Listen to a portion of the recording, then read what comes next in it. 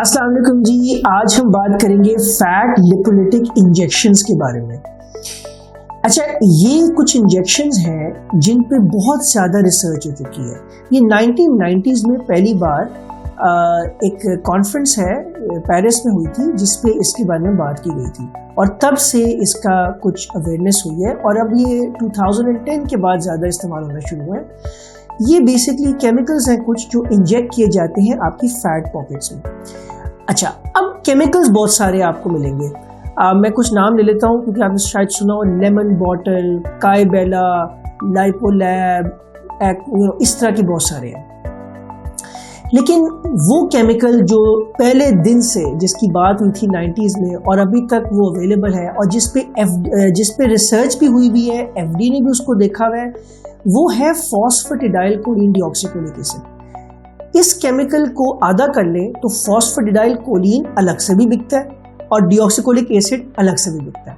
But और बहुत famous भी है, काइबेला का आपने शायद सुना, that is deoxycholic acid. Lipolab is phosphatidyl choline. इस तरह बहुत सारे आपको मिलेंगे। बट अभी तक मैंने जो क्लिनिकली देखा है और जो डॉक्टर्स यूरोप अमेरिका में ज़्यादा प्रैक्टिस करते हैं, that is PCDC, phosphatidyl choline deoxycholic acid. ये पूरा केमिकल है, तो हम भी वही लगाते हैं।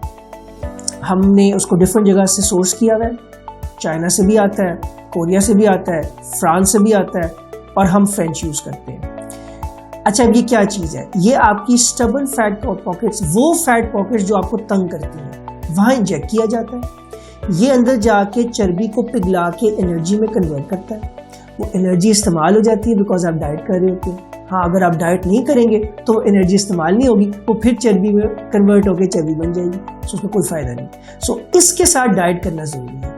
आप एक्सरसाइज करें ना करें, आप कोई और चीज़, हर्बल वाटर, कोई ऐसी सप्लीमेंट्स ले ना लें, that is fine, but diet ज़रूरी है। Diet with injections gives amazing results. We've seen patients lose 10 kgs in about 45 days बहुत इजीली। अगर आप डाइट भी कर रहे हैं, ये भी कर रहे हैं और थोड़ा बहुत अगर आप वर्जिश कर लेते हैं तो ये 10 kg, वर्जिश नहीं करते तो 6 to 7 kg तो फिर भी आ जाता है। इसके कोई साइड इफ़ेक्ट्स नहीं है, बड़ी गारंटी के साथ मैं आपको बता रहा हूँ, नो साइड इफ़ेक्ट्स। हमने अपने क्लिनिक में बहुत सारे प्रोसीजर्स किए हैं, no side effects we've seen till date at all.